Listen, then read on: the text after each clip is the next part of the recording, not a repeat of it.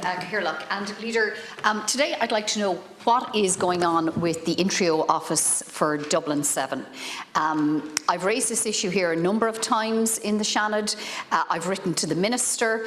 I've requested a meeting with the Minister. Indeed, I think, Leader, I asked yourself to request a meeting for the Minister to meet with the local community. More than 1,500 people have signed a petition calling for the Intrio office for Dublin 7 to be reopened. The Dublin 7 Intrio office serves the communities of the Navan Road, Cabra, Phibsborough, Stony Batter. You know, it's an area I'm sure you're familiar with. A population of more than 10,000.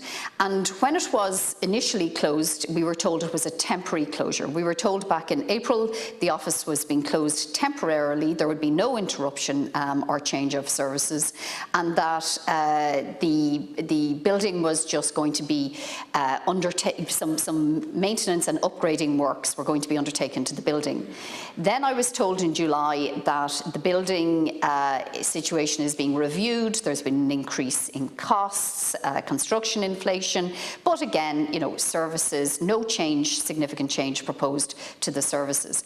Now I have heard that the office is closed permanently, that in fact a department from the Gardaí are going to be relocated there on a temporary basis.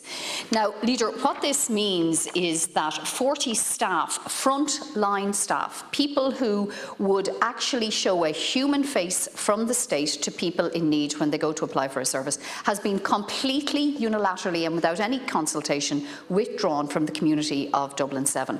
And just for a moment, let's stop and think. We're in a cost of living crisis, and who are the type of people that would be affected by this? Because the reply I've received has suggested to go online, make a phone call, download a form, okay?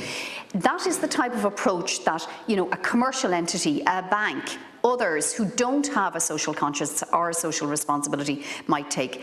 But this means that people who are looking for, let's say, for example, the additional needs payment. The additional needs payment, you can't apply for that online. There isn't a portal for that. In fact, now you have to get a form, fill it out, submit it. God knows when you'll get a reply or any human interaction. The same for the supplementary welfare allowance. There was no less than 10 welfare officers serving the Dublin 7 community in that office.